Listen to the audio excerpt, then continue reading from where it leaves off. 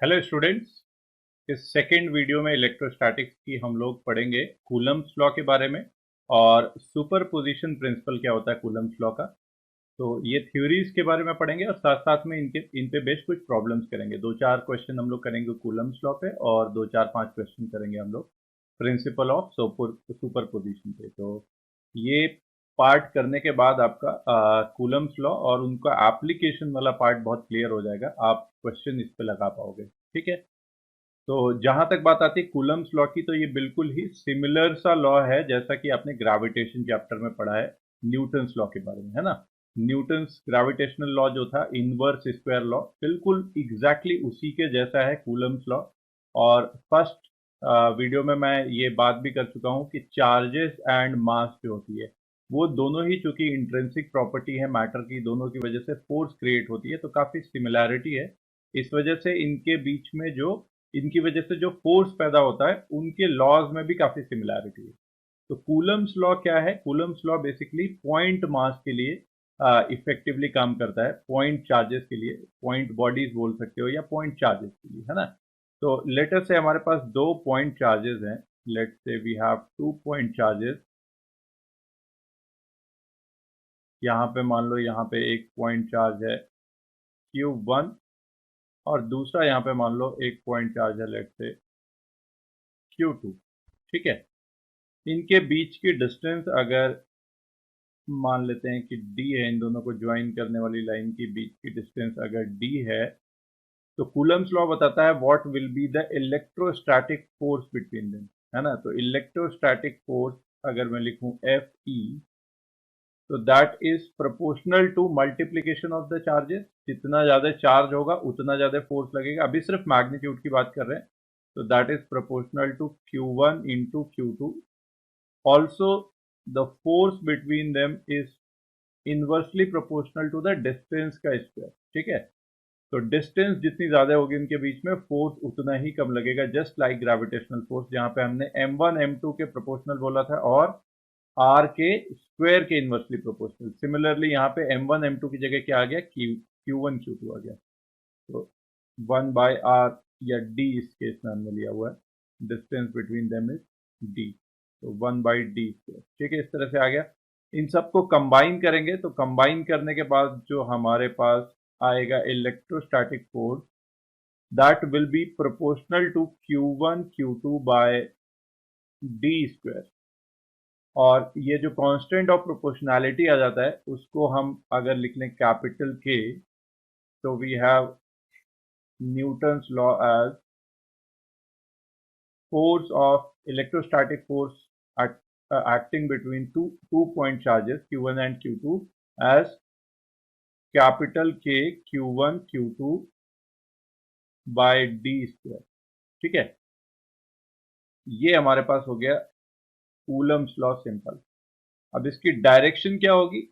Direction आप इस property से चार्जेस के बीच में जो फोर्स लगता है उससे प्रॉपर्टी से निकाल सकते हो, जैसा कि इस केस में दिखाया हुआ है कि दोनों चार्जेस कैसे हैं? पॉजिटिव हैं। अगर दोनों चार्जेस पॉजिटिव होंगे तो उस केस में क्या होगा? If both charges are positive और बोथ चार्जेस आर नेगेटिव, दोनों ही केसेस में लाइक चार्जेस के बीच में जो फोर्स लगेगी वो कैसे लगेगी? रिपल्सिव फोर्स लग जाएगी। मतलब एक दूसरे से दूर करने की टेंडेंसी वाली फोर्स लगेगी इसमें, दोनों केसेस में। और अगर एक चार्ज पॉजिटिव है और दूसरा नेगेटिव है, मतलब अनलाइक चार्जेस हैं, तब जो दोनों पे फोर्स लगेगी वो किस नेचर की लगेगी? अट्रैक्टिव नेचर की लगेगी। तो डायरेक्शन ऑलवेज कैसा होगा? दोनों चार्जेस को ज्वाइन करने वाली लाइन के अलॉन्ग होगा और जो मैग्नीट्यूड होगा वो यहां से निकालेंगे capital K Q1 Q2 by D square. ठीक है। यहाँ पे अगर SI यूनिट के लिए हम बात करें कांस्टेंट कैपिटल K की कितनी वैल्यू होती है, तो कैपिटल K की वैल्यू होती है 9 into 10⁻9 in SI unit.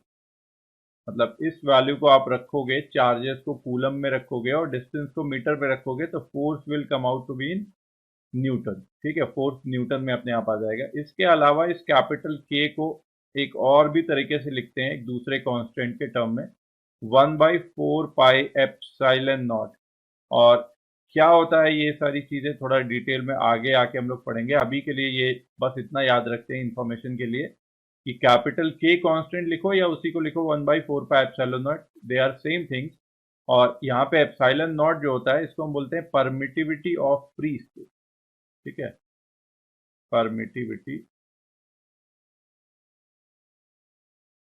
Of free space, है ना, वैक्यूम के अंदर में ये चीज है। ठीक है, और जो भी हम लोग फोर्स भी निकाल रहे हैं वो दोनों चार्जेस के बीच में अज्यूमिंग की और किसी तरह का कोई मटेरियल, कोई चार्ज नहीं है, होगा भी तो इन दोनों के बीच में जो इंटरेक्शन का फोर्स होगा that will B same. Coulomb's law क्या बताता है कि इनके बीच में फोर्स सेम रहेगा, चार्जेस के बीच में कुछ भी आ जाए चाहे, है ना। तो ये तो हो गया कूलम्स लॉ। अब इस पे जो है थोड़े क्वेश्चंस करते हैं। ठीक है, क्वेश्चन नंबर 1 एंड 2 आप लोग देखो और यहाँ पे पॉज कर दो, खुद से ट्राई करो और फिर क्वेश्चन नहीं होगा तो चेक करना। ठीक है, चलो अब इन क्वेश्चंस को ट्राई करते हैं। क्या गिवन है फर्स्ट क्वेश्चन में, two small ball having equal positive charge, मतलब लाइक चार्जेस हैं, इन पे इक्वल है तो लाइक चार्ज है, चाहे प्लस हो या माइनस हो, on each are suspended by two insulating strings of length L. ऐसे पहले लटकाया हुआ है उनको एक हुक से,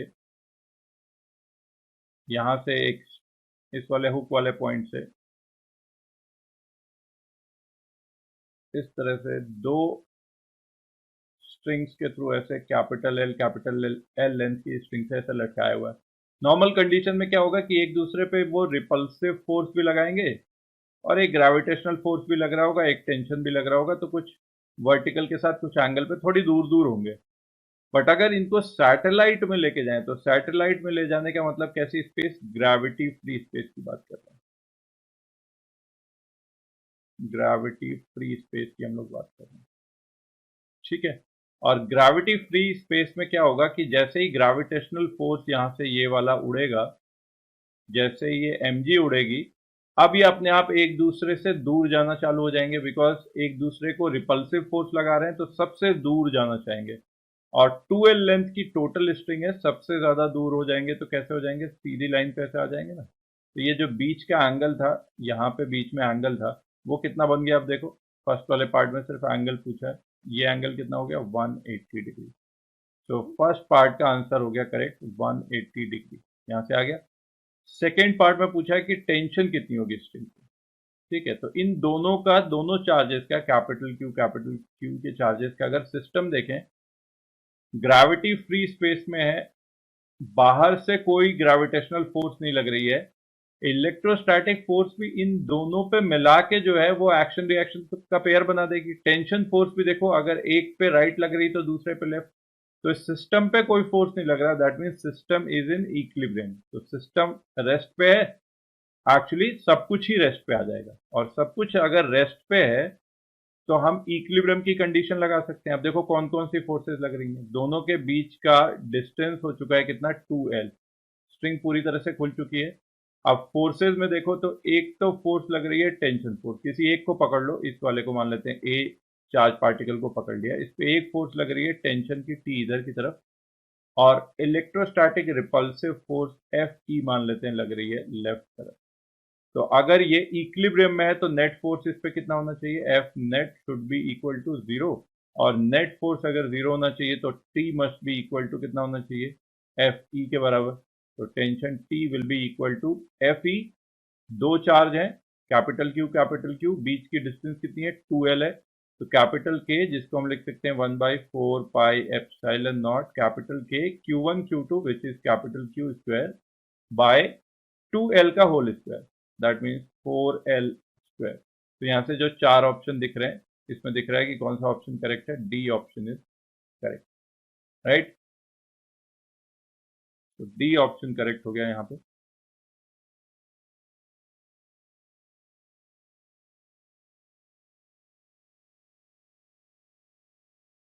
ये क्वेश्चन हो गया, समझ में आया। अब नेक्स्ट क्वेश्चन पे चलते हैं। तो इस क्वेश्चन को देखो और वीडियो को पॉज करके और ट्राई करो, देखते हैं कितना आंसर आ रहा है। ठीक है, अगर ट्राई कर लिया क्वेश्चन तो अब यहाँ पे इसका सोल्यूशन चेक कर लेते हैं कि कैसे इसको करना है। देखो सबसे पहले तो हमें क्या करना है, इक्विलिब्रियम की कंडीशन की अगर बात कहीं पे भी करी जाए तो हमें देखना पड़ेगा कि कौन कौन सी फोर्सेज लग रही हैं और उन फोर्सेज के रिजल्टेंट को हमें क्या करना है, जीरो करना है। ठीक है, ये चीज़ होगी। तो लेट अस से इस वाले में कोई एक एक को पकड़ लेते हैं, किसी एक को पकड़ लो। लेट से हमने इसको पकड़ लिया, इस वाले को, लेफ्ट वाले को, इसको मैं बोल दे रहा हूँ ए। ठीक है, अब पार्टिकल ए पे कौन कौन से फोर्स लग रहे हैं, एक तो mg लगेगा वर्टिकली डाउनवर्ड डायरेक्शन में। ठीक है, दूसरा फोर्स जो लगेगा वो मान लेते हैं टेंशन है, टेंशन इधर स्प्रिंग के डायरेक्शन में टेंशन टी लग रहा होगा। तीसरा, चूंकि सब कुछ सिमेट्रिकल सिचुएशन दे रखी है, दैट मीन्स दोनों के दोनों बॉल, दोनों के दोनों point masses same horizontal level पे होंगे इस तरह से, और वो एक दूसरे पे कुछ इलेक्ट्रोस्टैटिक फोर्स भी लगा रहे होंगे, एंड बिकॉज सेम नेचर के चार्जेस हैं, ये फोर्स कैसा होगा, रिपल्सिव होगा। तो एक फोर्स इधर की तरफ रिपल्सिव फोर्स भी लग रहा है। ठीक है, ये रिपल्सिव फोर्स इस डायरेक्शन में लग रहा है, मान लेते हैं कि एफ ई के बराबर लग रहा है। ठीक है, अब मैं वर्टिकल एक डायरेक्शन एम जी से होते हुए ऐसे ऊपर की तरफ बना रहा हूँ। If this angle is theta, ये एंगल भी थीटा होना चाहिए और ये एंगल भी थीटा होना चाहिए। टेंशन के अगर मैं कंपोनेंट ले लूं तो एक टेंशन का वर्टिकली अपवर्ड कंपोनेंट हो जाएगा T cos theta, which will balance M G. ठीक है, एम जी को बैलेंस करेगा इक्विलिब्रियम की कंडीशन में, और टेंशन का जो हॉरिजॉन्टल कंपोनेंट इधर की तरफ, राइट की तरफ आएगा, that will balance electrostatic force. तो ये वाली इक्वेशन लिख लेते हैं, टेंशन का कॉस थीटा या वर्टिकल वाला component T cos theta will be equal to M G. इसको बोल देते हैं इक्वेशन 1 हो गई। और टेंशन का एक horizontal component which is T sine theta, that will be equal to F E. ठीक है, अब एफ ई की वैल्यू अगर मैं लिखना चाहूँ डायरेक्टली तो लिख सकता हूँ। देखो यहाँ पे एक ये वाला राइट एंगल ट्राइंगल पकड़ लो, इस राइट एंगल ट्राइंगल में गिवन है कि this length is capital L, so this length will become, height will become what, hypotenuse times sin theta, so this will become capital L sin theta। तो दोनों charge के बीच की जो total distance हो जाएगी वो एग्जैक्टली इसका डबल हो जाएगी, ये भी L sin थीटा ही होगा। तो यहाँ से यहाँ तक की टोटल डिस्टेंस कितनी हो गई, 2L sin थीटा। तो क्या लिख सकता हूँ मैं, electrostatic force K into charges का मल्टीप्लीकेशन क्यू स्क्वायर बाय बीच की distance which is L sin theta का square.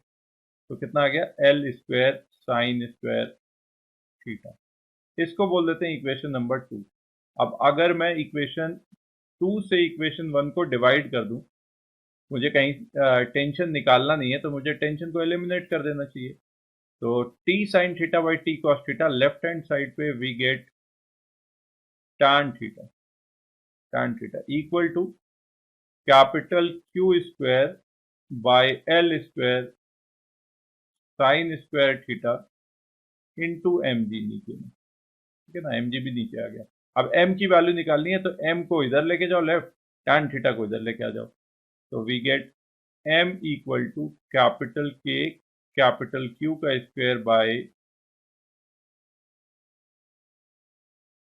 G into L square into tan theta into sine square theta. ठीक है, ये वाली वैल्यू आ गई and this is our answer. Correct. तो इसके बाद हम नेक्स्ट क्वेश्चन लेते हैं, और ये जो है लास्ट क्वेश्चन इस पे होगा कूलम्ब्स लॉ पे, उसके बाद हम लोग प्रिंसिपल ऑफ सुपरपोजिशन पे आ जाएंगे। इस क्वेश्चन को पढ़ो और इसको ट्राई करो खुद से पॉज करके। चलो अब इस क्वेश्चन को देख लेते हैं, अगर ट्राई कर लिया सबने तो इस क्वेश्चन का आंसर मैच कर लेते हैं, या सिंपली अगर नहीं हो रहा है तो सॉल्यूशन देखते हैं। देखो सबसे पहले इसमें क्या गिवन है कि ऊपर पॉइंट चार्ज जो है कैपिटल क्यू है तो फिक्स है, अपनी जगह पे रहेगा, बट नीचे वाला जो पॉइंट चार्ज है उसको हमने एक लाइट मतलब कि मासलेस एक रॉड के साथ अटैच किया हुआ है, मास m चार्ज माइनस क्यू का। ठीक है, अब इसको यहाँ पे ओ पॉइंट अगर मैं बोल दूं कि ओ पॉइंट से सस्पेंड कर रखा है, तो ओ पॉइंट के अबाउट ये मास बेसिकली इस तरह के एल लेंथ के सर्कल पे इस तरह से ऐसे ऐसे जा सकता है, इस तरह से वर्टिकल मोशन कर सकता है।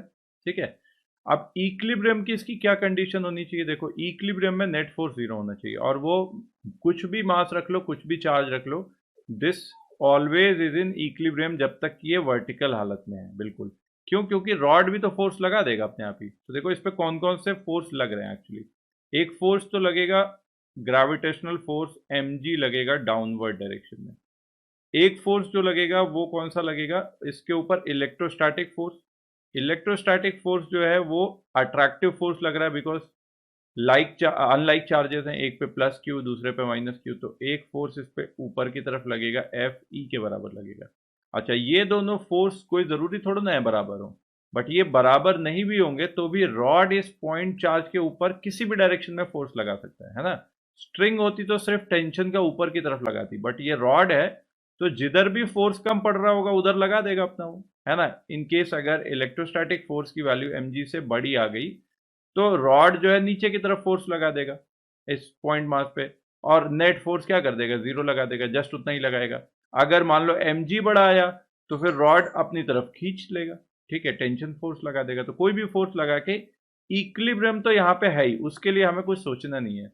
बट स्टेबल इक्विलिब्रियम कब आएगा, तो उसके लिए एक एनालॉजी में देता हूं कि अगर बिल्कुल यही केस में बोलता कि एक लाइट रॉड को मैंने ऐसे एंड वाले पॉइंट पे एक पॉइंट मास लगाया और इसको कुछ वेलोसिटी नीचे दे दी सफिशिएंट सच दैट ये घूमते घूमते घूमते पूरा चक्कर कर पाए।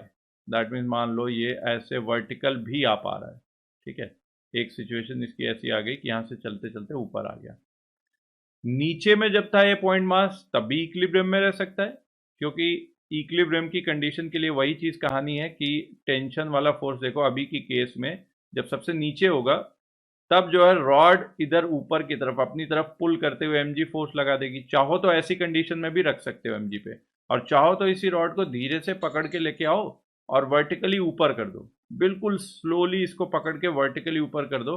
और जस्ट अगर मैनेज करना चाहते हो तो धीरे से बिल्कुल छोड़ोगे तो हो सकता है कि इस वाली कंडीशन में भी इक्विलिब्रियम में रहे। क्यों? क्योंकि अब जो mg नीचे की तरफ लग रहा है उसको बैलेंस करने के लिए नॉर्मल रिएक्शन तुम्हारा ऊपर की तरफ लग जाएगा। ये नॉर्मल रिएक्शन या reaction force, simply reaction force from the rod, वो भी mg के बराबर हो जाएगा। बट इन दोनों कंडीशन में दिख रहा है कि कौन सी कंडीशन में वो स्टेबल इक्विलिब्रियम में होगा। स्टेबल इक्विलिब्रियम कैसे चेक करते हैं कि अपनी इक्विलिब्रियम की पोजीशन से थोड़ा सा हटा के देखो क्या वो इक्विलिब्रियम पोजीशन पे जाना चाहता है, क्या फोर्स रिस्टोरिंग लग रहा है कि नहीं। तो अगर मैं नीचे वाली पोजीशन पे ऐसे थोड़ा सा एंगल घुमा देता इसको तो देखो अभी भी mg नीचे लग रहा है और जो ऐसे घुमा के वापस अपनी ओरिजिनल पोजीशन पे लाना चाहेगा। तो ये नीचे वाली कंडीशन क्या हो गई, स्टेबल इक्विलिब्रियम की हो गई। ऊपर वाली कंडीशन में अगर थोड़ा सा भी तुम इसको एंगल से घुमा दोगे ऐसे तो अब जो mg लग रहा है वो mg इसको ऐसे और ज्यादा एंगल पे ऐसे घुमाना चाहेगा और वो वापस अपनी पोजीशन पे नहीं जा पाएगा। तो इस पूरी स्टोरी से हमें क्या मिल रहा है, मिल हमें ये रहा है कि स्टेबल इक्विलिब्रियम में तब है जब नेट फोर्स एक्सटर्नल रॉड वाला छोड़ के, रॉड वाले फोर्स को छोड़ दो क्योंकि वो सेल्फ एडजस्टिंग है, रॉड वाले फोर्स को छोड़ के जो फोर्स हमारे पास था वो अगर इस रॉड की डायरेक्शन से या पॉइंट ऑफ सस्पेंशन से रॉड को ज्वाइन करने वाली लाइन के अलोंग है इधर नीचे की तरफ, तब वो स्टेबल इक्विलिब्रियम में। और यहाँ पे देखो पॉइंट ऑफ सस्पेंशन से रॉड को ज्वाइन करने वाली लाइन हो गई ऊपर की तरफ और mg कैसा लग रहा है नीचे की तरफ। ये डायरेक्शन दोनों अगर ऑपोजिट होंगी तो इसका मतलब अनस्टेबल इक्विलिब्रियम में होगा। तो यहाँ पे हम क्यों ना ऐसा कर लें कि mg और fe ये दो एक्सटर्नल फोर्स लग रहे हैं रॉड से लगने वाले फोर्स के अलावा, रिएक्शन के अलावा, इन दोनों का रिजल्टेंट बना लें और स्टेबल इक्विलिब्रियम में रखना है। तो जैसे नॉर्मल वाली कंडीशन में स्टेबल इक्विलिब्रियम में कब आया था, जब mg नीचे की तरफ आया था, और इसमें इन दोनों का रिजल्टेंट भी नीचे की तरफ स्टेबल इक्विलिब्रियम में अगर हमें करना है तो वो तभी हो सकता है जब mg fe से बड़ा हो। और उस कंडीशन में देखो mg fe से बड़ा होगा तो मैं fe को ऊपर लिखने की जगह fe को नीचे भी लिख सकता हूँ ना माइनस साइन के साथ। तो मैं ऐसे बोल सकता हूँ डाउनवर्ड डायरेक्शन में mg माइनस fe के बराबर का फोर्स लग रहा है। अगर ये फोर्स पॉजिटिव हुआ मतलब एक्चुअल डायरेक्शन जो हुई वो जो नीचे की तरफ हुई, तब ये फिर से पिछले वाले केस जैसा ही होगा कि थोड़े से एंगल पे इसके लेके जाओगे तो अभी भी mg माइनस fe में थोड़ा सा चेंज हो जाएगा, बहुत थोड़ा सा, बट इफेक्टिवली अभी भी mg माइनस fe वाला पार्ट क्या होगा, नीचे ही लग रहा होगा। तो फिर वापस ये घूम के अपनी जगह पे आ जाएगा ना स्टेबल इक्विलिब्रियम में। तो हमारे पास कंडीशन क्या है कि M G minus F E कैसा होना चाहिए, पॉजिटिव होना चाहिए। तो यहाँ से कंडीशन लिख सकते हैं M G minus F E should be positive, that means M G should be greater than F E, और M G should be greater than equal to के लिए, ग्रेटर देन एफ ई के लिए F E की value उठा के रख लो। तो इसी वाली कंडीशन के लिए लिख लो, इस वाली कंडीशन पे दोनों चार्जेस के बीच की डिस्टेंस कितनी है, डी प्लस एल के बराबर, और सिर्फ मैग्नीट्यूड की बात कर रहे हैं तो माइनस साइन चार्ज का लगाने का कोई मतलब नहीं है। तो कैपिटल के क्यू वन क्यू टू हो गया क्यू स्क्वायर बाई बीच की डिस्टेंस डी प्लस एल का होल स्क्वायर। तो यहाँ से m की वैल्यू जो आ गई, रेंज जो आ गई, बेसिकली m की वैल्यू की रेंज आ गई k capital Q square by G times D plus L के होल स्क्वायर से बड़ी होनी चाहिए। इससे बड़ी कोई भी वैल्यू m की हो तो चलेगा, ये ऑलवेज कैसा रहेगा, स्टेबल इक्विलिब्रियम में रहेगा। क्लियर है ये बात? ठीक है।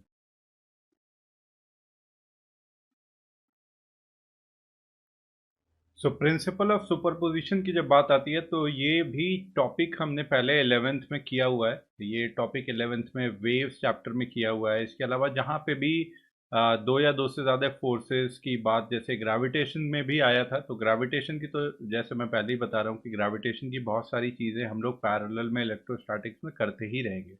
ठीक है। तो प्रिंसिपल ऑफ सुपरपोजिशन क्या होता है, किसी भी तरह के लीनियर सिस्टम के लिए जहाँ पे जैसे दो या दो से ज़्यादा चीज़ें मान लो इफेक्ट, कोई किसी भी तरह का इफेक्ट क्रिएट करती हैं, तो अगर वो एक साथ ही लग जाए, मान लो एक चीज़ ए है, ए की वजह से इफेक्ट कुछ क्रिएट होता है लेट से एक्स, और सिर्फ बी की वजह से इफेक्ट क्रिएट होता है वाई, तो ए और बी दोनों को साथ में अगर चला दो, तो साथ में रख दो, तो उसकी वजह से जो इफेक्ट होगा वो एक्स प्लस वाई होगा, है ना। ये सिंपल सी कहानी है। तो जैसे कि हम लोगों ने वेव्स में पढ़ा था कि अगर एक वेव जा रही है, जिस एक वेव की वजह से अगर किसी पार्टिकल के मीडियम का किसी मीडियम के पार्टिकल का डिस्प्लेसमेंट y1 है और दूसरी वेव की वजह से y2 है, तो दोनों वेव साथ में हैं तो कितना डिस्प्लेसमेंट है, y1 प्लस y2 है। सिंपल है ना। उसी तरह से फोर्स में भी कर रहे हैं। मान लो किसी चार्ज पार्टिकल के लिए, इस यहाँ पे हमें चार्ज पार्टिकल पे फोर्स के कॉन्टेक्स्ट में पढ़ना है कि क्या होता है प्रिंसिपल ऑफ सुपरपोजिशन। तो लेट से एक चार्ज पार्टिकल है, स्मॉल क्यू चार्ज है इस पर, ठीक है, और एक दूसरा चार्ज पार्टिकल ले आए, मान लो Q1 चार्ज ले आए, इसके आसपास कहीं पे रख दिया। Q1 चार्ज अगर एग्जैक्टली इस जगह पे रखते तो मान लो स्मॉल क्यू चार्ज पे इस तरह से F1 वेक्टर के बराबर का फोर्स लगा रहा होता है। ठीक है। मान लो कि अब Q1 चार्ज नहीं है, स्मॉल क्यू चार्ज अभी भी है, स्मॉल Q1 चार्ज यहाँ पे नहीं है, और उसकी जगह यहाँ पे किसी दूसरी जगह पे यहाँ पे हम Q2 चार्ज ले आके रख देते। अब ये Q2 चार्ज अगर स्मॉल q पे फोर्स लगाता, तो मान लो इसी डायरेक्शन में लगाता रिपल्सिव, तो मान लेते हैं कि ये वाला फोर्स जो है, let's say this force is F2 vector. ठीक है। तो ये मैंने बताया कि सिर्फ Q1 एंड स्मॉल q है, तब जो स्मॉल q पे फोर्स लग रहा है दैट इज F1 वेक्टर, और सिर्फ Q2 और स्मॉल q है, तो जो स्मॉल q पे फोर्स लग रहा है दैट इज F2 वेक्टर। तो अगर मैं Q1 एंड Q2 को दोनों को एक साथ ही अपनी अपनी जगह रेस्पेक्टिव जगहों पे रख दूंगा यहीं पे, तो जो इस पार्टिकल पे स्मॉल q पे जो नेट फोर्स लगने वाला होगा, that net force will be equal to F1 vector plus F2 vector, है ना, F1 vector plus F2 vector. इसी को हम लोग क्या बोल देते हैं, सिंपल, कि this is result of principle of superposition. हमने इस वाले चार्ज पार्टिकल स्मॉल क्यू पे जो फोर्सेस लग रही हैं इंडिविजुअल चार्जेस की वजह से, उन सारे रिजल्ट्स को क्या कर दिया, सुपर इम्पोज कर दिया, ऐड कर दिया। सिंपल, ठीक है। तो यहाँ पे लिख सकते हैं कि किसी भी पार्टिकल पे, चार्ज पार्टिकल पे जो नेट फोर्स होगा वो बाकी के इंडिविजुअल चार्जेस, मान लेते हैं कि ith पार्टिकल की वजह से जो फोर्स लग रहा है उस पार्टिकल पे, ऐसे सारे फोर्सेस का क्या होगा, वेक्टर सम होगा। तो this result is known as superposition of principle of superposition in context of ये तुम्हारा जो भी कूलम्स लॉ हो गया या चार्जेस पे फोर्स लगने वाली बात हो गई, उस कॉन्टेक्स्ट में इसी तरह से हम समझना है हमें प्रिंसिपल ऑफ सुपरपोजिशन को। तो एक की वजह से लगाया, दूसरे की वजह से लगाया, तीसरे की वजह से लगाया, और उन सारे फोर्सेस को, इंपॉर्टेंट चीज़ ये है कि फोर्सेस को जब भी ऐड करना है तो कैसे ऐड करना है, vector. This is very important. ऐसा नहीं है कि कभी भी उनको आप नंबर या स्केलर की तरह ऐड कर दो, जोड़ दो। ऐड का मतलब है वेक्टर एडिशन, जो भी है लॉ ऑफ ट्राइंगल लगाओ, कंपोनेंट निकाल के करो, but always add vectorially. These are force vectors. ठीक है, इन पे कुछ क्वेश्चन कर लेते हैं अब। चलो ये क्वेश्चन देखो।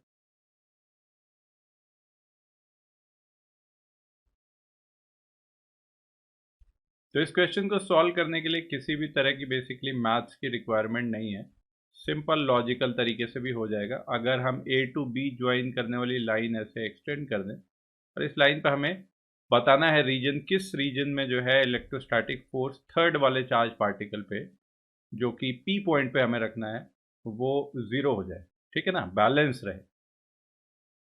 तो तीन रीजन बना लेते हैं। बी के राइट वर्ड वाला रीजन हो गया 1, दूसरा रीजन मान लो हो गया हमारा, सेकेंड रीजन हो गया बिटवीन ए एंड बी, और थर्ड रीजन हो गया लेफ्ट टू ए। ठीक है, लाइन से स्टार्ट करते हैं। मान लो पी पॉइंट हम कहीं पे इधर की तरफ लेके आए,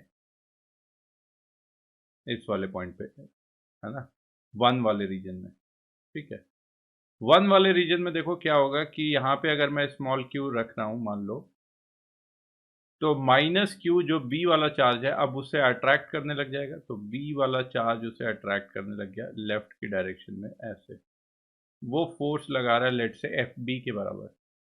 और ए वाला जो चार्ज है कैपिटल क्यू, ये अब रिपल्सिव फोर्स लगाएगा राइट के डायरेक्शन में, मान लो वो लगा रहा है एफ। ठीक है, ऑपोजिट डायरेक्शन में फोर्सेज आ रहे हैं। ठीक है, अभी इतने पे छोड़ देते हैं। अच्छा, बीच में सेकेंड रीजन में आओ। सेकेंड रीजन में आओगे तो देखो इतना भी नहीं मिलेगा, सीधा ही कैंसिल हो जाएगा।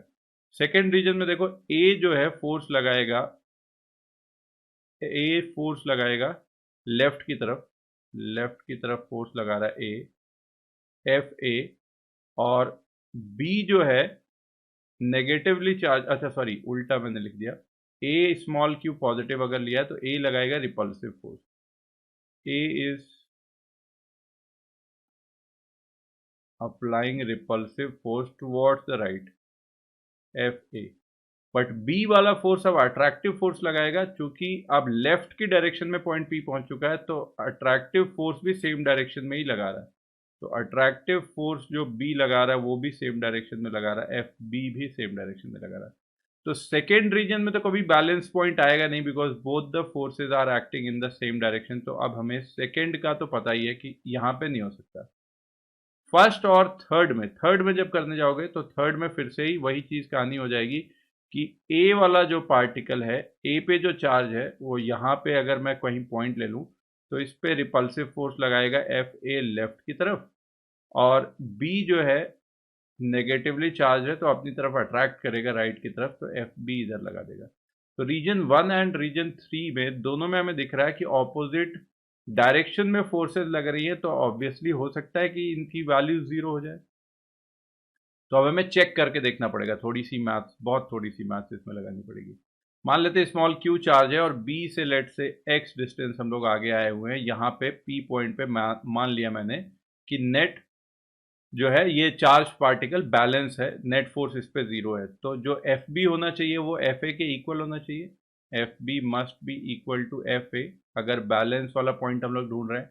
एफ बी की वैल्यू अगर लिखोगे तो कितना हो जाएगा, मैग्नीट्यूड के टर्म में के, चार्जेस का multiplication capital Q small Q divided by बीच की डिस्टेंस, वो कितनी है ये वाली, एक्स का स्क्वायर। ठीक है, इक्वल्स एफ बी, बी जो लगाएगा, अब बी दूर है उससे, कितनी दूर है, अगर ए एंड बी के बीच की डिस्टेंस मैं मान लूं कि ये डी है, let's say this distance is D.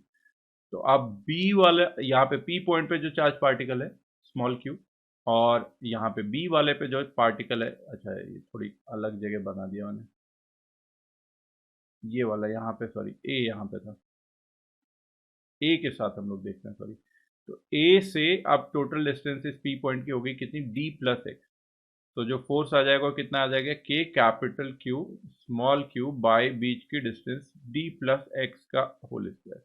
अब ये बताओ कि क्या ऐसा हो सकता है, न्यूमरेटर इज सेम, कैंसिल ही हो जाएगा, डिनोमिनेटर सेम करोगे तो डी प्लस एक्स की वैल्यू आ जाएगी किसके बराबर, एक्स के बराबर, मतलब इनका स्क्वायर बराबर है। ये तो तभी पॉसिबल हो सकता था ये किसी भी केस में पॉसिबल नहीं हो सकता इनफैक्ट। हाँ देखो ना, ये वैल्यूज ऐसी हैं कि ये किसी भी केस में पॉसिबल हो ही नहीं सकता।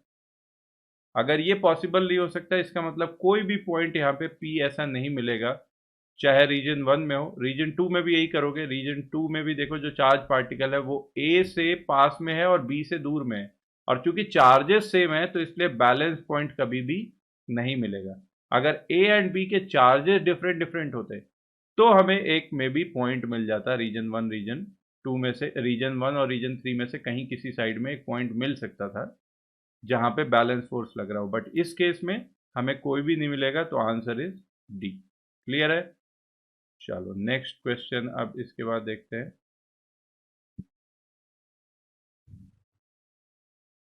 इसको करो आप ट्राई।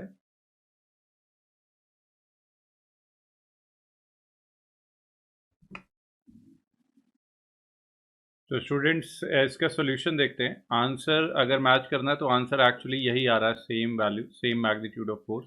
तो अगर आपका आंसर सही आ रहा है तो नेक्स्ट क्वेश्चन पे जा सकते हो। इसमें देख लेते हैं क्या सिचुएशन बता रखा है। इसमें बता रखा है कि दो जो है कंडक्टिंग आइडेंटिकल मेटल स्फीयर्स हैं। तो एक स्फीयर ले लिया ए हमने यहाँ पे, और दूसरा आइडेंटिकल कंडक्टिंग स्फीयर यहाँ पे मान लिया हमने कि बी है। ठीक है, और ये इक्वली एंड सिमिलरली चार्ज है। यहाँ पे इक्वली का मतलब मैग्नीट्यूड से है, और सिमिलरली का मतलब है साइन से, मतलब कि दोनों के अगर पॉजिटिव है तो दोनों पॉजिटिव है, नेगेटिव है तो दोनों नेगेटिव है। ठीक है, ऑब्वियसली रिपल कर रहे हैं, इसीलिए यहाँ पे ये दूसरी चीज़ भी क्लैरिटी के लिए लिखी हुई है। तो लेट से एक पे चार्ज है क्यू, दूसरे पे भी चार्ज कितना हो गया क्यू।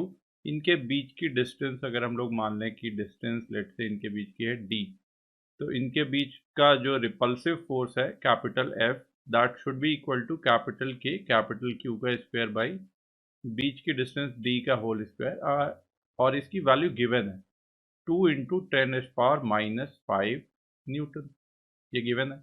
अब क्या बोल रहा है कि एक तीसरा आइडेंटिकल कंडक्टिंग स्फीयर लेके आते हैं सी, और सी को ए के साथ टच कर देते हैं। अब हमें पता है कि कंडक्शन के थ्रू अब चार्जेस एक से दूसरे पे ट्रांसफर हो जाएंगे अगर ए एंड सी को टच करेंगे तो, और चूंकि ये दोनों आइडेंटिकल मेटल स्फीयर है तो दोनों की सेम ही कैपेसिटी होगी, मतलब चार्ज को होल्ड करने की। तो अगर बराबर बराबर चीजें हैं टच में लेके आओगे तो इन पे चार्ज भी क्या हो जाएगा, बराबर बराबर हो जाएगा। तो टोटल चार्ज तो ए एंड सी पे मिला के कितना है, कैपिटल क्यू के बराबर ही है ना। तो कंजर्वेशन ऑफ चार्ज तो लगेगा ही लगेगा। After the redistribution of charge happens, total charge on A and C मिला के कितना होगा, कैपिटल क्यू के बराबर होगा। बट सिमेट्री से हम ये भी कह सकते हैं कि भाई दोनों जब बिल्कुल ही हर चीज में सेम है तो अलग अलग चार्ज तो नहीं हो सकता कांटेक्ट में आने के बाद, तो फाइनल में क्या हो जाएगा, इसी का हाफ हाफ हो जाएगा। तो फाइनल वाली कंडीशन में अगर मैं बनाऊं तो ए यहाँ पे है, ए पे चार्ज कितना आ गया, capital Q by two. A पे चार्ज आ गया capital Q by two. B C पे जो है चार्ज, अब बी पे जो है, बी तो अनअफेक्टेड रहा, बी को तो कुछ हमने चेंज ही नहीं किया, तो बी जहाँ पे था वहीं पे है, और इस पे चार्ज कितना, कैपिटल क्यू है। सी पे हमने कर दिया चार्ज कितना, आधा, तो सी पे अब चार्ज आ गया कितना, कैपिटल क्यू बाई टू। ठीक है, और सी पे भी चार्ज अगर कैपिटल क्यू बाई टू आ गया, और इसको रख दिया हमने बिल्कुल मिड पॉइंट पे, दैट मीन्स ए से कितनी डिस्टेंस पे, ए से डी बाई टू डिस्टेंस पे, एंड बी से भी same distance D by two पे, बिल्कुल बीच में रख दिया। तो अब पूछ रहा है find the net electric force on C, C पे नेट फोर्स कितना होगा। तो अगर मैं बोलूं कि सी पे फोर्सेस ए एंड बी दोनों की वजह से निकाल के उनका रिजल्टेंट निकाल लेते हैं। तो देखो ए जो है रिपल्सिव फोर्स अब लगाएगा किधर, राइट वर्ड डायरेक्शन में, एफ ए मान लेते हैं, सी पे लगा रहा है फोर्स, और बी जो फोर्स लगा रहा है, बी फोर्स लगा रहा है वो लेफ्ट की डायरेक्शन में, सी पे एफ बी मान लेते हैं। सेम डिस्टेंस के पेयर ही बन रहे हैं, ए एंड सी के बीच में भी डिस्टेंस डी बाई टू है, और बी एंड सी के बीच में भी डिस्टेंस डी बाई टू है। बट चार्जेस का मल्टीप्लीकेशन लोगे तो दिख रहा है कि बी एंड सी में जो चार्जेस का मल्टीप्लीकेशन है वो ज़्यादा बड़ा आएगा। तो ऑब्वियसली नेट फोर्स किस केस में आएगा, एफ बी की डायरेक्शन में ही होगा। तो नेट फोर्स अगर हम लिखें एफ नेट, तो that should be equal to F B minus F A. F B की वैल्यू लिखोगे तो क्या लिखोगे, K capital Q multiplied by capital Q by 2 divided by बीच की डिस्टेंस कितनी है, डी बाई 2 इसका होल स्क्वायर। और एफ ए की वैल्यू जब लिखोगे यहाँ पे ए और सी के बीच में जो लगने वाला फोर्स है, तो चार्जेस के मल्टीप्लीकेशन में तो दोनों में क्यू बाई 2 आ रहा है, divided by distance D by 2 का होल स्क्वायर। तो इसको फर्दर सॉल्व करोगे तो यहाँ पे देखो डी बाई 2 के स्क्वायर से 2 का स्क्वायर 4 निकल के ऊपर चले जाएगा, और 4 इंटू 1/2 कितना हो जाएगा, 2। तो 2 times K Q square by D square, और यहाँ पे आएगा एग्जैक्टली 1/2 का स्क्वायर कैंसिल हो जाएंगे। तो 2 times K Q square by D square minus K Q square by D square, ये इफेक्टिवली कितना आ जाएगा, K Q square by D square, इसी के बराबर आ जाएगा। और K Q square by D square की वैल्यू ऑलरेडी हम पहले ही पता है कितनी है, 2 इंटू 10⁻⁻5। तो हमारा आंसर यहीं से आ गया, 2 इंटू 10⁻5 न्यूटन, सेम फोर्स। ठीक है, क्लियर है।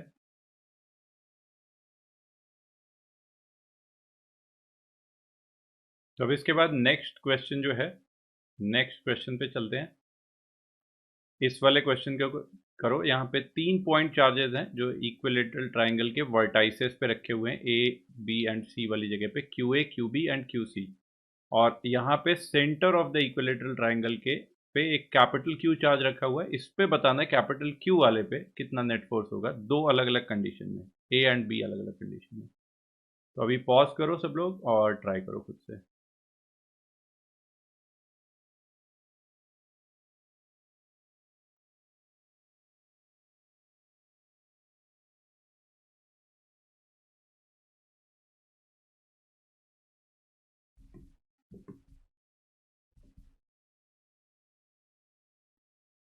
चलो ट्राई कर लिया तो एक बार इसका सॉल्यूशन देखते हैं। फर्स्ट पार्ट तो बहुत इजी होगा, सिमेट्री से हो गया होगा। फर्स्ट पार्ट के लिए हमें एक्चुअली कुछ नहीं करना है। यहाँ पे सिमेट्रिकल तरीके से हमने फर्स्ट वाले पार्ट में देखो तो सेम सेम चार्जेस रख दिए। ए वाली जगह पे कैपिटल क्यू, बी वाली जगह पे कैपिटल क्यू, सी वाली जगह पे कैपिटल क्यू। ठीक है।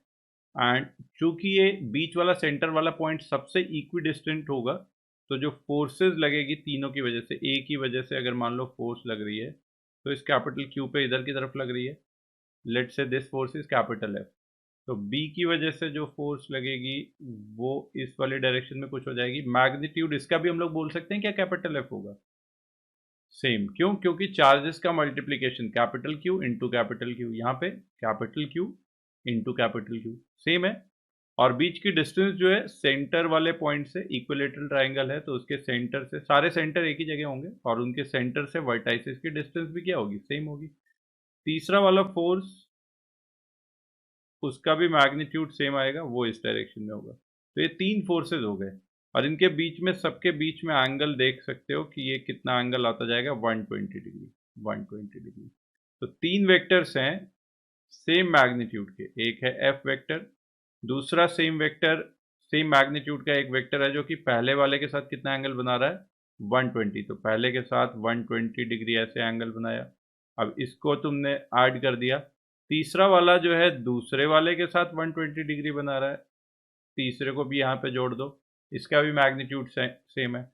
तो क्या इन तीनों वेक्टर्स का सम यहाँ पे लॉ ऑफ पॉलीगन से दिख रहा है कि जहाँ से हमने शुरू किया, जहाँ से हमने शुरू किया वहीं पे घूमते घूमते आ गए ना, इक्विलेटरल ट्राइंगल की साइड्स पे चलते चलते। तो इन तीनों का रिजल्टेंट क्या हो जाएगा, 0। और बाई सिमेट्री भी पता है कि अगर किसी भी तरह के रेगुलर पॉलीगन पे सेम चार्जेस सारी वर्टाइस पे रख दोगे तो सेंटर वाले पे जो फोर्स आएगा, सेंटर वाले पे वो फोर्स कितना होगा, सेंटर पे कोई चार्ज रख दो तो उस पर फोर्स कितना आएगा, 0 ही आएगा।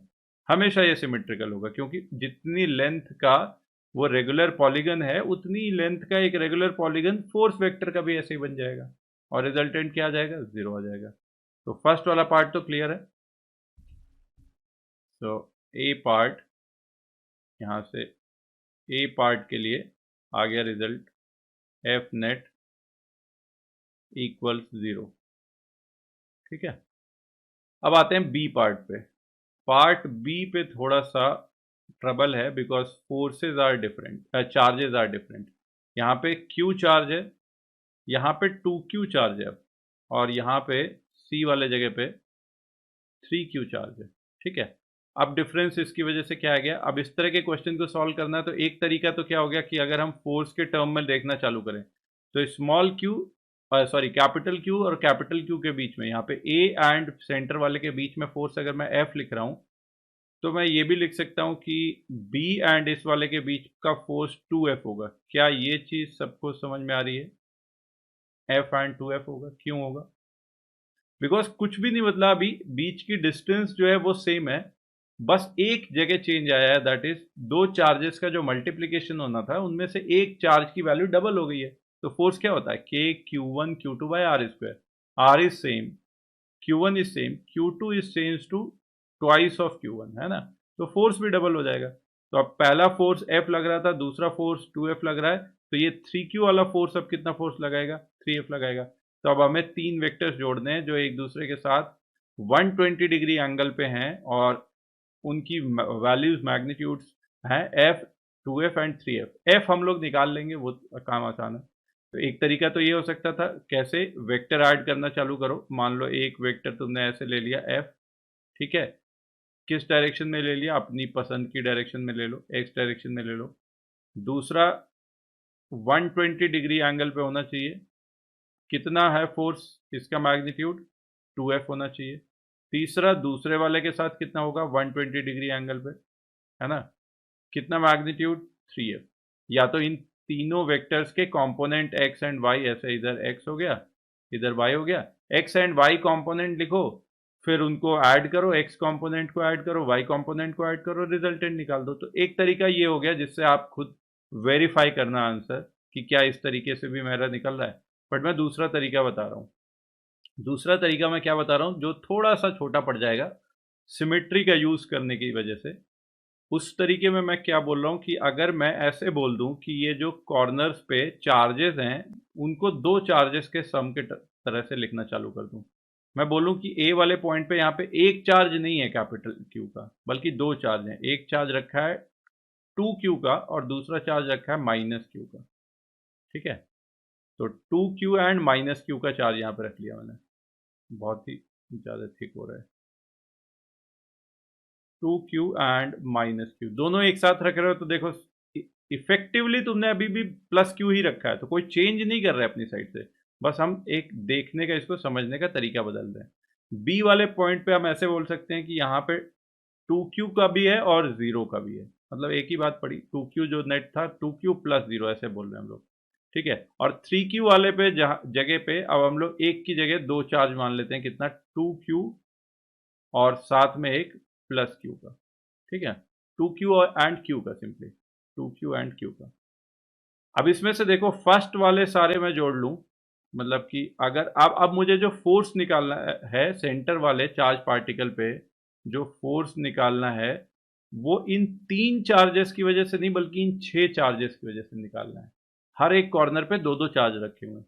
इन 6 में से अगर मैं पहले तीन ये वाले चूज कर लूं, 2Q 2Q एंड 2Q, तो मैंने पहले वाले रिजल्ट में ही बता दिया कि अगर एक रेगुलर पॉलीगन के वर्टाइसेस पे आइडेंटिकल चार्जेस रखे हैं तो सेंटर वाले पे नेट फोर्स क्या लगेगा, 0।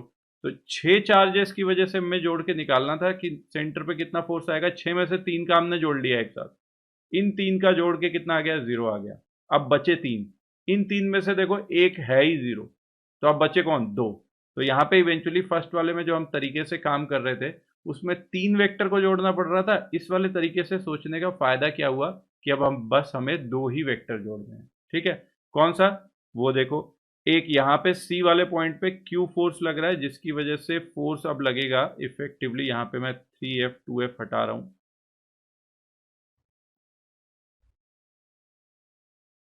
ठीक है। बी वाले की वजह से यहाँ पे QB की वजह से तो कोई फोर्स नहीं आ गया, पहले तीन तो ऐसे ही खत्म हो चुके। यहाँ पे 0 चार्ज था तो इधर QB की वजह से तो कोई फोर्स नहीं आएगा। आएगा किसकी वजह से, सी की वजह से। यहाँ पे पॉजिटिव चार्ज है तो इधर की तरफ कैपिटल F फोर्स लग जाएगा, और कैपिटल F फोर्स अभी भी वही है कि यहाँ कोने पे भी Q चार्ज और यहाँ सेंटर पे भी Q चार्ज, उसकी वजह से F फोर्स लग रहा है इधर रिपल्सिव। और ए वाले पॉइंट पे देखो -Q चार्ज लेना है, तो -Q जो चार्ज होगा वो अब अट्रैक्टिव फोर्स लगाएगा, तो अट्रैक्टिव फोर्स लगा रहा है इस वाली लाइन के अलॉन्ग अट्रैक्टिव फोर्स इधर की तरफ, मैग्नीट्यूड इसका भी एफ होगा बिकॉज चार्जेस सेम है, मैग्नीट्यूड और डिस्टेंस सेम है, और इन दोनों फोर्सेस का हमें निकालना है क्या, रिजल्टेंट। अच्छा, दो फोर्सेज हैं, इनके बीच का एंगल ध्यान से देखोगे तो पता लग जाएगा, ये एंगल बाइसेक्टर होगा 30, ये एंगल होगा 90, तो ये एंगल कितना आ गया 60। अब दो फोर्सेज हैं, एक फोर्स इधर की तरफ एफ, एक फोर्स इधर की तरफ एफ, बीच का एंगल 60, तो हमें पता ही है कि सेम मैग्नीट्यूड की फोर्सेस, दो फोर्सेस का रिजल्टेंट किधर आएगा, एंगल बाइसेक्टर के अलॉन्ग, इधर एफ नेट आएगा, और वो कितना आएगा, इन दोनों फोर्सेस के कंपोनेंट ले लो, 30 डिग्री के साथ कॉस वाले कंपोनेंट हो जाएंगे। तो अब मैं सीधा लिख सकता हूं केस बी में F net will be equal to 2 capital F cos 30, और ये वैल्यू कितनी आ रही है, बेसिकली f√3 के बराबर। अब हमारा काम रह गया f की वैल्यू निकालना। तो f की वैल्यू कैसे निकालेंगे, बीच की बस डिस्टेंस निकाल लें। तो यहाँ पे देखो, अगर इधर इस वाले राइट एंगल ट्रायंगल में देखो, दिस एंगल इज 30 डिग्री, यहाँ से यहाँ तक की लेंथ, टोटल लेंथ का हाफ होगी l/2, ठीक है, और दोनों चार्जेस के बीच की डिस्टेंस अगर मैं मान लूँ r, तो r cos 30 must be equal to base which is l/2, तो यहाँ से रिजल्ट आ रहा है r cos 30 which is √3/2 must be equal to l/2, तो 2 से 2 कैंसिल हो गया, r की वैल्यू कितनी आ गई l/√3, तो l/√3 आ गई, तो इसका मतलब f की वैल्यू मैं क्या लिख सकता हूँ, KQ² बाई बीच की डिस्टेंस कितनी है l/√3 उसका स्क्वायर, सो l/√3 का square which is equal to 3KQ² by l²। अब यहाँ पे f की वैल्यू सब्सटीट्यूट कर दूं अगर, तो नेट फोर्स आ जाएगा, तो नेट फोर्स यहाँ पे लिख देता हूँ मैं, यहाँ से लेके आ जाओ इधर, F net will be equal to √3 into 3, so 3√3 K capital Q square by L square, this is our answer। Clear है बात, ठीक है, बहुत अच्छी बात। नेक्स्ट क्वेश्चन पे अब चलते हैं।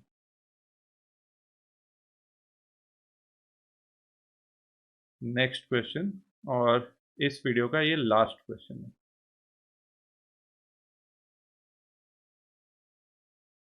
इसको पढ़ो और इसको थोड़ा सा ज़्यादा टाइम दोगे तो चलेगा।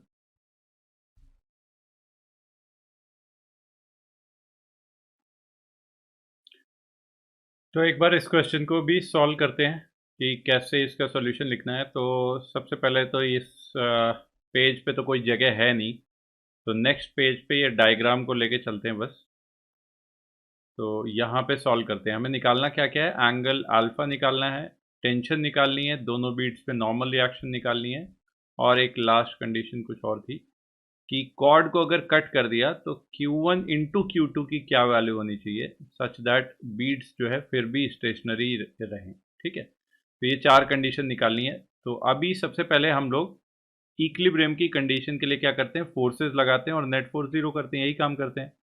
तो इंक्लाइंड प्लेन पे चूंकि मामला चल रहा है हमारा, तो अगर हम Q1 को पकड़ के देखना चालू करें तो Q1 पे एक फोर्स तो ऐसे नीचे की तरफ लग रहा है विच is mg into sine 30, inclination 30 है तो mg साइन 30, साइन 30 इज 1/2, तो mg/2 इधर लगेगा, और प्लेन के परपेंडिकुलर डायरेक्शन में mg√3/2 लग जाएगा इधर की तरफ। ठीक है, सो mg√3/2 इधर कंपोनेंट हो गया। फिर एक कंपोनेंट हो गया नॉर्मल रिएक्शन का, नॉर्मल रिएक्शन का कंपोनेंट इधर की तरफ आ गया, मान लो n1 है वो। ठीक है, और देखो कौन कौन से फोर्स लग रहे हैं, और एक टेंशन फोर्स भी लग रहा है, टेंशन फोर्स इधर की डायरेक्शन में कुछ लग रहा होगा, देखो ऐसे टेंशन फोर्स इधर लग रहा है, और इलेक्ट्रोस्टैटिक फोर्स जो होगा वो रिपल्सिव होगा, तो इधर की तरफ बाहर की तरफ होगा, इधर की तरफ Fe होगा। उसी को मैं अगर उल्टी डायरेक्शन में मोड़ लूँ तो माइनस साइन लगा के मोड़ सकता हूँ, बिल्कुल। तो अगर मैं बोल रहा हूँ कि इधर की तरफ इलेक्ट्रोस्टैटिक फोर्स लग रहा है, तो मैं इधर की तरफ माइनस साइन के साथ लिख दूंगा तो भी कोई दिक्कत नहीं है। तो इस तरफ से हटाओ, इसे सिंप्लीफाई करने के लिए यहाँ पे T माइनस एफ ई कर देते हैं इसे। ठीक है, ये हो गया T माइनस एफ ई इस डायरेक्शन में। ये एंगल है 90 डिग्री, ये एंगल कितना बनेगा 90 माइनस अल्फा बनेगा। तो इस t माइनस एफ ई के अगर मैं कंपोनेंट देख लूं तो t माइनस एफ ई का एक कंपोनेंट जो आएगा कॉस अल्फा वाला वो इधर हो जाएगा अप द प्लेन। तो t minus F E into cos of alpha इधर की तरफ आ गया, और mg√3/2 वाली डायरेक्शन में, इस वाली डायरेक्शन में कितना आ जाएगा t minus F E into sine alpha. अब इक्विलिब्रियम की कंडीशन लिखनी है, तो इक्विलिब्रियम के लिए देखो, एक तो नॉर्मल रिएक्शन n1 के ऑपोजिट ये वाला चीज है t minus F E sine alpha plus mg√3/2। तो एक इक्वेशन यहां से लिख लेते हैं t minus F E sine alpha plus mg√3/2 equal to n1। ये हो गई इक्वेशन नंबर 1। और एक इधर अलोंग द इंक्लाइन लिख लेते हैं, तो t minus F E into cos alpha will be equal to mg/2। ये हो गई हमारी सेकेंड इक्वेशन। सिमिलरली Q के लिए भी हम लोग कहानी बना लेते हैं। तो Q वाले चार्ज के लिए देखो, मैं यहाँ पे अलग से बना लेता हूँ कि हॉरिजॉन्टल के साथ यहाँ पे 60 डिग्री एंगल बनाया हुआ है Q ने। और ये वाली डायरेक्शन देखो, if this angle is 30, this angle is 60, तो ये वाला एंगल कितना होगा 90। So if this angle is alpha, तो जो स्ट्रिंग की डायरेक्शन है वो इस प्लेन की डायरेक्शन के साथ कितना एंगल बना रही होगी 90 माइनस अल्फा बना रही होगी। और फिर से सेम वही कहानी कि इस Q2 चार्ज को अंदर की तरफ पुल करने के लिए टेंशन लग रहा है, और बाहर की तरफ इस पे लग रहा होगा Fe। तो Fe को फिर से माइनस कर लो, तो इधर अंदर की तरफ में जो फोर्स आ जाएगा, इस वाली डायरेक्शन में जो फोर्स आ जाएगा वो कितना आ जाएगा t माइनस एफ ई के बराबर। t माइनस एफ ई इधर आ गया। mg के कंपोनेंट कर लेते हैं, तो mg का एक कंपोनेंट इधर की तरफ लग रहा है along the plane which is mg sine 60। तो mg इंटू √3/2 इधर की तरफ लग रहा है, और mg का एक कंपोनेंट प्लेन के perpendicular which is mg cos 60। तो ये आ गया mg/√2। इसके अलावा एक नॉर्मल रिएक्शन लग रहा होगा, नॉर्मल रिएक्शन प्लेन के परपेंडिकुलर इधर, इस पे मान लेते हैं कि n2 लग रहा है। और t माइनस एफ ई के कंपोनेंट अब कर लेते हैं, तो इसको t minus F E into cos 90 minus alpha इधर की तरफ हो जाएगा। तो t minus F E into cos 90 minus alpha basically sine alpha.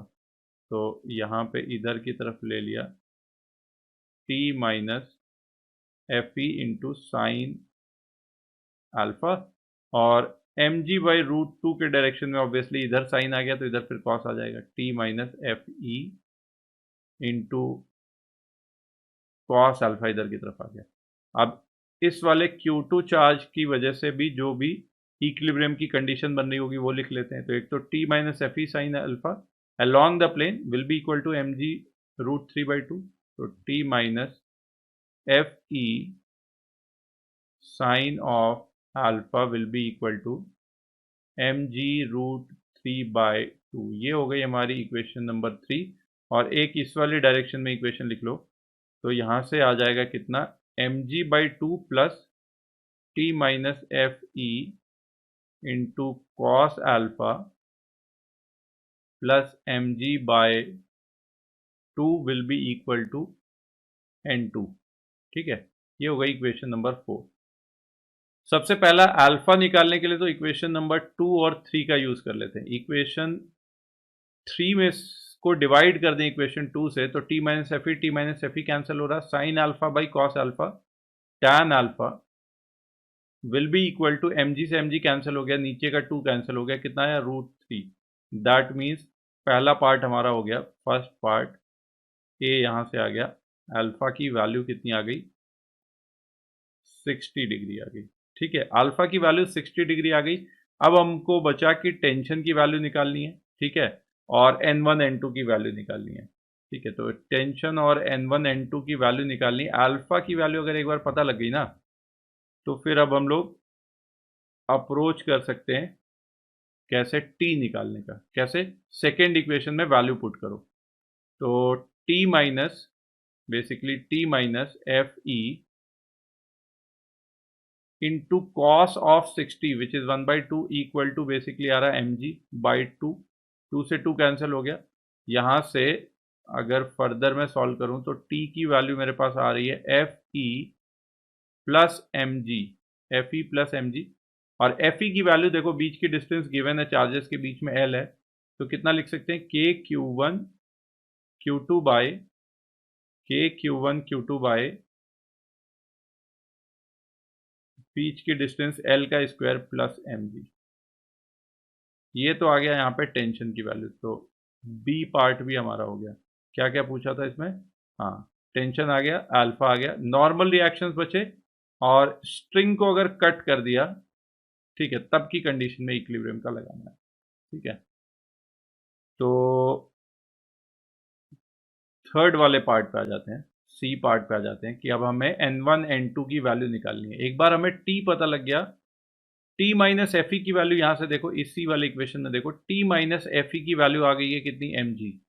तो किसी भी एक इक्वेशन में, फर्स्ट वाली इक्वेशन में t माइनस एफ की वैल्यू पुट कर दो और अल्फा की वैल्यू पुट कर दो, तो यहां से आ जाएगा, देखो t माइनस एफ की जगह आ गया mg इंटू साइन, बहुत ही थिक हो गया इसको, टी माइनस एफ ई, यहाँ पे देखो टी माइनस एफ ई की जगह यहाँ पे ये वाली चीज़ हम लोग पुट कर रहे हैं, T minus F E equal to M ji.